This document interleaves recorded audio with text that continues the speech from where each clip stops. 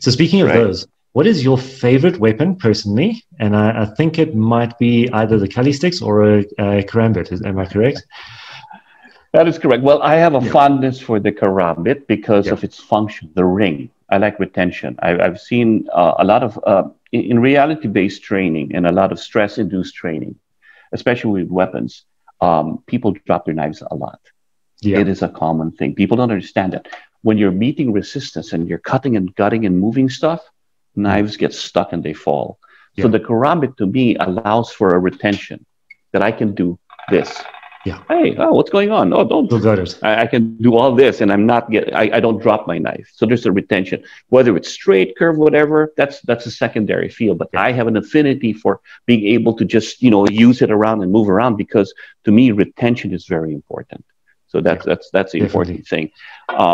When we say Kali sticks, that's impact version of training, but it really represents a sword. A lot Yes. of people don't understand that because depends on what Kali system you're learning. We use it for safety.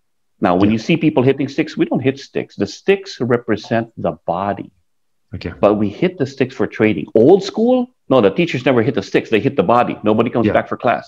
They're You full can't of do that bruises. anymore. Yeah.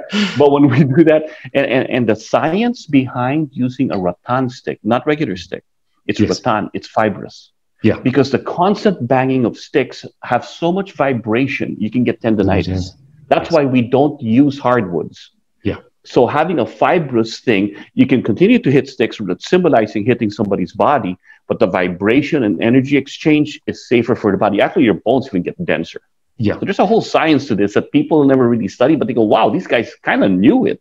It's Yeah. amazing. No, there's always a history behind all martial arts, and I've got the rattan ones behind Yeah, me. I saw that. So I love them.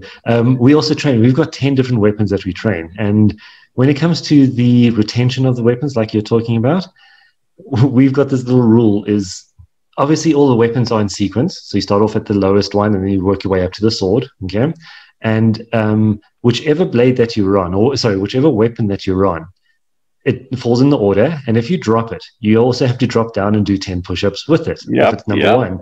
If you're doing your sword, which is your 10th weapon, you drop that, you drop down and do 100 push-ups, so it teaches you to hold on as best as possible. Absolutely. That is your life right there. Yeah, you So don't want to drop. retention is so important. Yeah, we do the same thing. Actually, I have a couple of videos. So much fun. We had my grandmaster and we Mhm. were doing a drill and the whole thing, hey, I dropped my knife. Okay, I do push-ups and everything Yeah. else. Then I got up and then of course we were doing it again. I disarmed him. You gotta Good do it. job. He's like, no way. So it's a lot of fun. No, you It have is to. fun. It becomes part of the camaraderie of the training. You always hear And it's someone. very, Yeah. and here's an important thing too that people understand why training and the environment. I sometimes tell people when you go train with the group or find a school, it's important to look at the people you're training with because that they become your family. Yeah. If you have a Cobra Kai mentality, a mean teacher and everything else, you will become mean. You will take on the mentality and the temperament of that group. Is that the kind of group that you want to bring into your house, to your family? I would tell That's them, exactly. this is people that you're okay, because that's how you're going to be. No, definitely. Laughter in training is so important because the psychology of actual combat is that it's scary. Yeah. So if in the face of terror, in the face of fear, if you crumble down, you lose, you die. But if you're constantly laughing, even in the face of getting hit and you laugh and everything, your spirits are high. These are one of the things that I try to even impart, even with military training, that even in the face of combat with your comrade right there, if they're hurt and they're on the way out, the worst thing that they can do is see fear in your own eyes because you're the last one that he's going to see. So I'm going to tell jokes. I'm going to tell everything that the last thing that you see is a smiling face, not fear like, oh my God, you're going to die and goodbye and everything else. There's so much psychology in combat in the battlefield that comes in your training. It's how you train for these situations when you're there. This is more so for the military and the law enforcement who are actually out there doing that. In the civilian populace, I mean, you're lucky if you're going to be out there. First of all, why are you out there fighting with your buddies anyways, right? But if it happens, but in training also, like, oh, I got hurt, oh my God. Because one of the things I found out when somebody gets hurt in class, in some classes, everybody, oh my God, you got hurt, Band-Aid, everything. The kid's like, oh my God, I got hurt and everything. So the kid's like getting this scary thing, something happened. And when the first time he gets punched out there in the streets, oh my God, he goes into that panic mode because that's how he was conditioned to be in the class. Exactly. That's why laughter and composure and the discipline that it's not the end of the world, you'll make it through, is so important. No, definitely. I've also had to try control my joking element of my training, because all I do is I joke around the whole time. And being the instructor and all that, sometimes you still have to be this serious one and command the respect when it's due. But I always tease the people and always rip them off, and I'm always cracking a joke here or there. And it's got such a nice environment because of that, I believe. You know, I've been to some of the schools where it's so rigid and strict and disciplined, but the respect levels are enforced. They're not earned. Yeah. And that's where I think exactly it's forced. And I have a hard time with that. That's a classical style. And I understand it, but it's not my way. No. And I respect that. So people who go there and like that way are people who like that way, who need that. And I respect that, but it's not my way. I found that because of my own personal temperament, the classical arts where the teacher is put on a pedestal where he's a god. Yeah. The higher belts are so unretainable and we have to do this. That's their way, not mine. Yeah. What I found is that it causes a lot of issues with self-confidence. What are you doing? Oh, right here. No, I'm a black belt and everything. No, that's high level. And so like, oh, I'm that stupid. I can't figure things out myself unless I keep coming to the class and pay the teacher for everything. Whereas I encourage them to try different things and figure it out yourself so that they have confidence. Oh, teacher, where'd you come up with that technique? You made it up.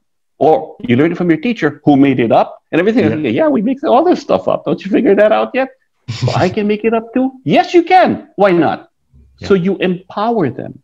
There are no levels of belt levels and systems. I want to empower them to figure out that you can do this too. And if I am not able to guide you, to give you that confidence that you can figure this out, go to another class. Yes, go to other martial arts systems where they will find you and give you the keys to empower you. Because there's only one thing and one universal truth. You will have to fight, not me. And not you will have to be able to come out and use what you've learned, not me. So have the tools to do that. If the tools that you're going to keep on taking away your confidence level, that you're not smart enough to figure it out, then to me, that's not a good way to learn something. Yeah, exactly. That's why I say, when you go to a class, don't look at the teacher. He might be a natural fighter. Look at the students. Yeah. That's who you're going to be. That's why I say, look at my videos, look at my students and how they move. Yeah. How good are you? Where's your certificates and everything else? No. My certificates and everything else, these are my students. That's how they move. That's all it is. If you can move like that, then maybe I'm not the teacher you want to learn. But if you can't move like that, maybe there's something I can pass on to you. So that's the proof of the pudding, how you've imparted all of your knowledge onto them and they've picked it up. That's the best way to do it. And it's so important to also, with skill, and it's a Marvel thing, comes responsibility. Yes. Spider-Man. And so many times we only teach the techniques that we don't teach the before, the during, and the after. Because we come to class, we're already in a fight. Yeah. Why am I standing here with sticks or a knife training in front of someone? That's the skill part. But did you ever cover the before? Did you ever cover that you're not supposed to do this? And the during and the after, the costs and consequences behind every knife, every weapon, every gun is a lawyer. Yes. Before everything, behind every that is the law. So are you justified? And the fact that you are actually trained puts you in a target. You become a target. Oh, you're trained. Oh, you're a martial artist and you did this damage. You should have known better.